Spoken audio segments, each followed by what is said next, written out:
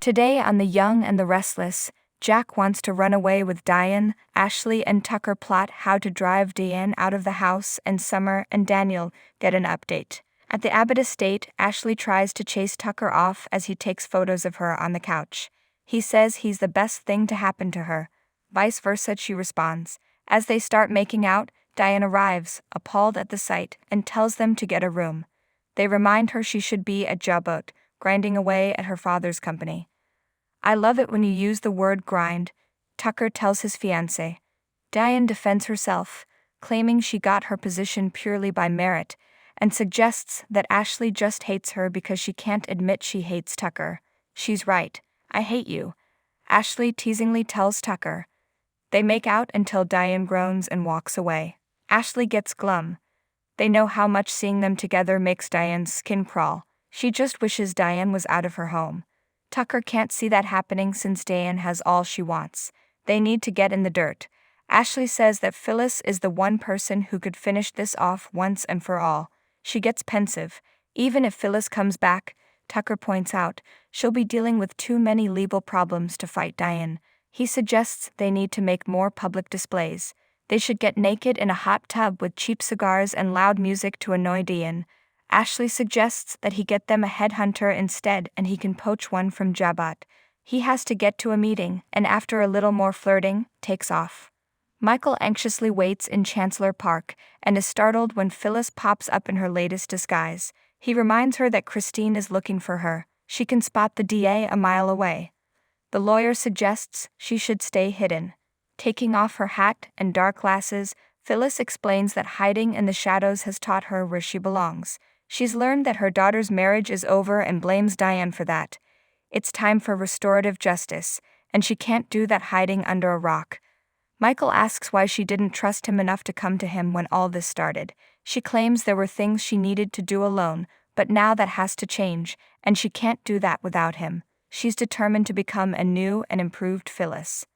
After Phyllis tells Michael the story of what happened with Stark, he keeps checking his watch and tells her he needs to meet with her children. She'd like to hide and watch, but he reminds her she needs to stay hidden. After he promises her that he is a good friend, he observes that she's going to have a lot of making up to do on her apology tour. Phyllis isn't looking forward to that, but is determined to come clean with her family. Looking around, she tells him she just wants to enjoy some fresh air. He can give her some more time, but his patience is waning. She'll call when she's ready to drop her disguise. He kisses her cheek and walks off. As soon as she takes a deep breath, Diane appears. "Phyllis," she bellows. She rants about being dragged away from her phony memorial and threatens to call the cops. When Jenkins accuses her of ruining her children's lives, Phyllis says she will make amends, but she's still determined to open Jack's eyes when it comes to her. Diane points out that if she disappeared right now, people would just assume she pulled a Phyllis and ran off like a coward. It's revealed this is just a fantasy Phyllis is having. Phyllis snaps out of it and tries writing an apology to her family and friends. "I need to face it, Diane 1, she types. She stops herself and deletes that. Diane 1? No more hiding. Ready or not, here I come. And this time I'm going to finish what I started," she declares, storming off. Daniel runs into Jack at the GCAC and is relieved that he's talking to him after all the things his mother did. They discuss how much worse Phyllis is making things, and Jack hopes that he's keeping his eyes on Summer. Daniel is doing his best. As they catch up, Daniel smiles as he spots Lily. She joins them and they chat about the gaming division. Lily says Omegasphere has caught fire in South America, so they need to order champagne. Jack leaves them to celebrate, wishing them the best. She's happy to see that he and Jack are still getting along. He's glad to have someone like that in his life. They sit, and he gives her a birthday gift. She thanks him and tells him how honored she is that he's given her a special game about Queen Liliana. At Jabot, Billy is doing damage control from Ashley leaving the company and leaking it to the press before telling the board. Summer shows up and asks if she can bounce some ideas off him. He claims he's busy, but she's sure he can spare a few minutes.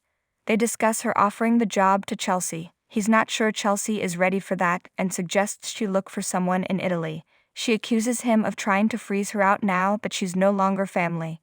Billy assures her that's not the case. Everyone back in Italy is still sharing in the legend of what she accomplished. not the mess she's in here. He believes that she can run Marchetti like a powerhouse. If he can change, so can she.